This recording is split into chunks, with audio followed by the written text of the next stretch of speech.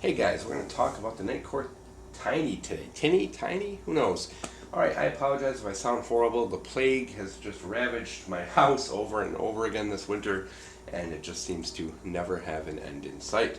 So while I'm talking real quick, we'll give you kind of a quick size comparison with a couple other lights here, and give you an idea. Alright, so Tini obviously is a little tiny Nitecore keychain, kind of based in principle around the tip, which you see there on the right, but a little bit smaller and a little bit differently featured.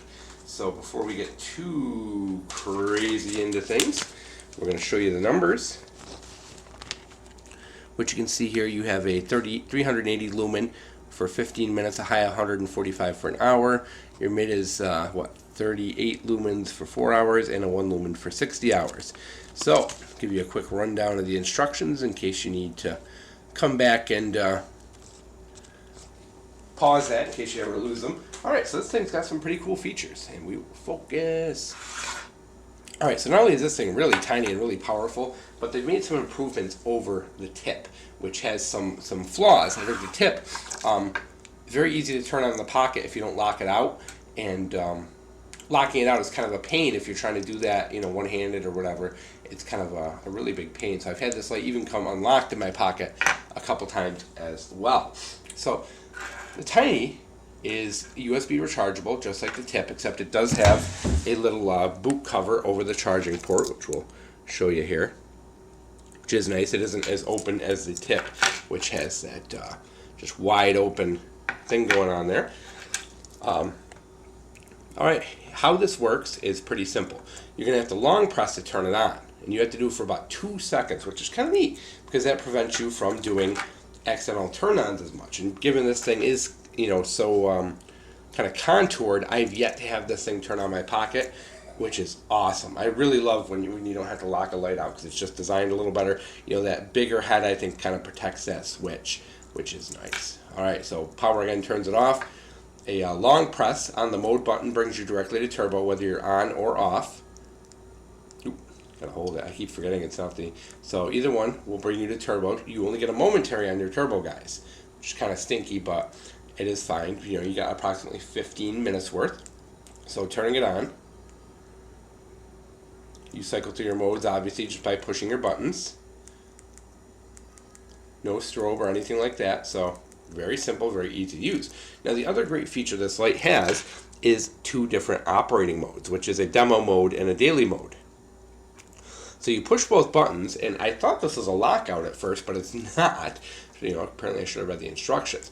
So now at this point, if I turn the light on and I let this thing sit, what's going to happen is this light is going to shut off after a couple minutes, which is a really nice feature, because if you do have issues with this turning on in your pocket, this will turn the light off. So if you leave it in kind of that low mode so it doesn't go on high, if this turns on in your pocket, it's going to turn off after 3 minutes, which is really cool, because a lot of lights that have those shut-off timers don't give you the option to turn them off, which is really cool. So now if I want to turn that off, now 2 blinks, now this will stay on indefinitely.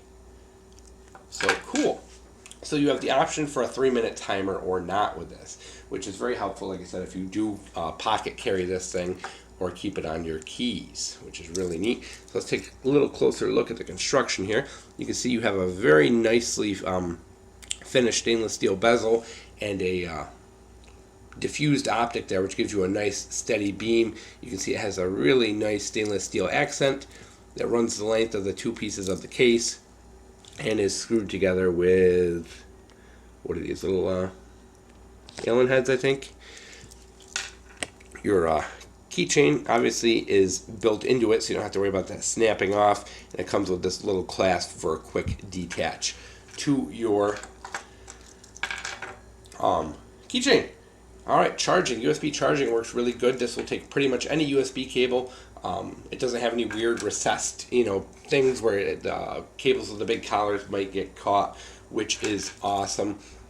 When you're charging, it's going to flash blue, and then it's going to go solid blue when it is charging, and that light's going to be here in this. Oops. Sorry, guys.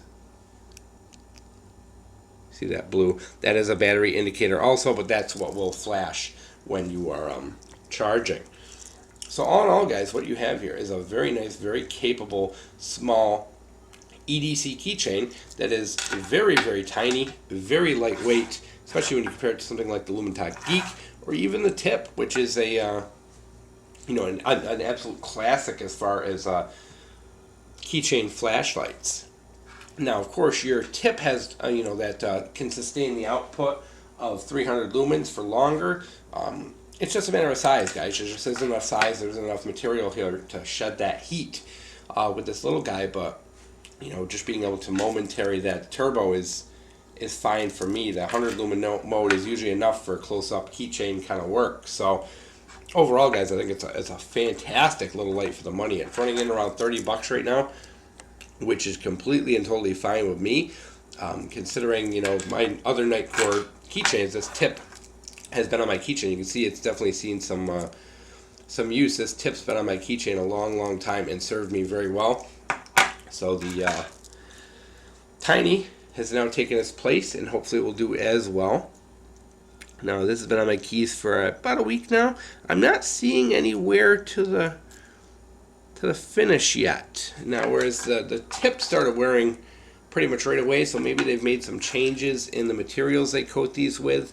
But yeah, I'm not seeing anywhere yet, but we'll give it time, guys. So you're gonna obviously see this on my keys and in my videos as we go along, guys, because it is a very nice little keychain light, and this is definitely gonna get some long-term use on my keychain, and you'll see it as we go along, and hopefully we'll do updates as we update my keychain and all that stuff. So overall, guys, I think this is a winner as far as being able to buy a nice small keychain light. I know a lot of people do not like big bulky keys. I don't care. It doesn't bother me the slightest.